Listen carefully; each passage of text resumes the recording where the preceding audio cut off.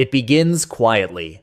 You wake, and the world is already moving an invisible current pulling you toward outcomes you cannot control.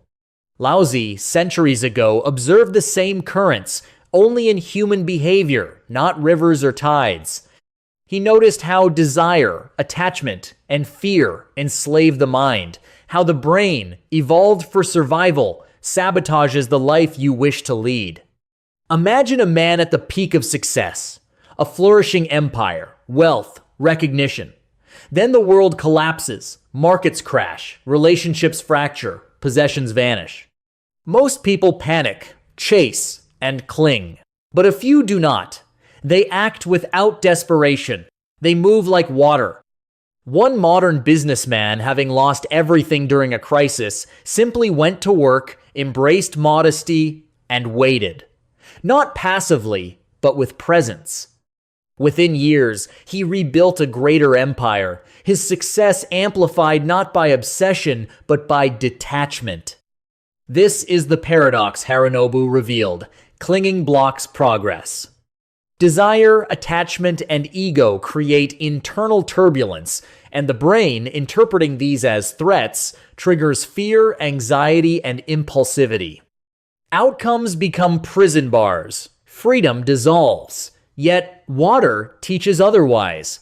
Flowing, persistent, patient, water navigates obstacles without fighting them, transforming resistance into path. To act like water is to embrace detachment, not indifference, but adaptive, intelligent response. Science now validates these insights. Harvard research shows that people practicing detachment have smaller amygdalas and stronger prefrontal cortices. Serotonin rises, stress hormones decrease, and decisions sharpen.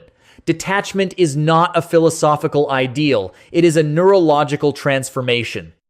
The mind becomes a river, resilient, flexible, clear.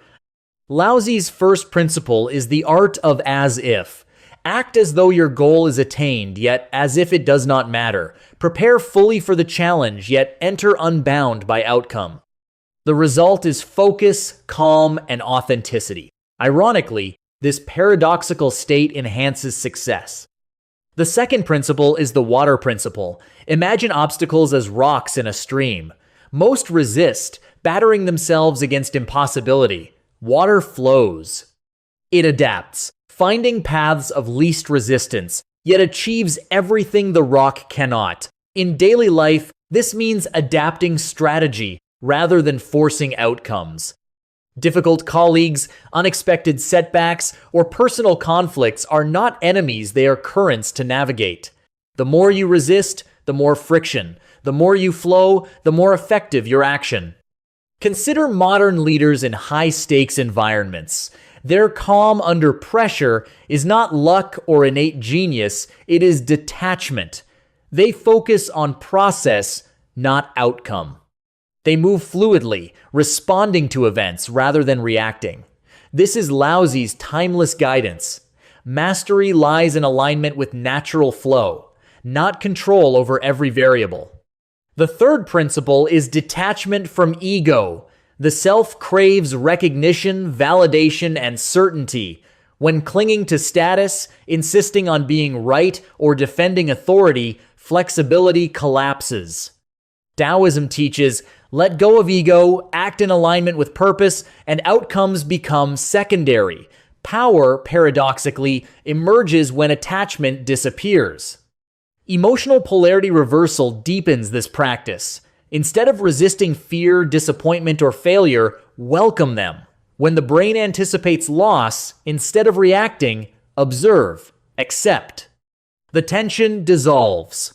Harvard and Yale studies show that individuals who embrace discomfort, reduce stress, make better decisions, and grow faster than those who avoid it. Even the smallest daily actions matter. Pause before reacting. Observe patterns in challenges. Ask, what would water do? Respond fluidly. Let outcome be secondary to action.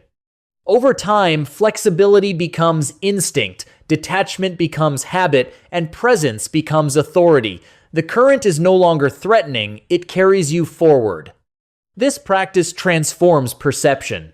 What once seemed catastrophic becomes temporary. What once triggered panic now informs strategy. Life is not a battle to win or lose, but a flow to navigate. CEOs who master detachment make better decisions. Athletes perform under pressure, and creators innovate without fear.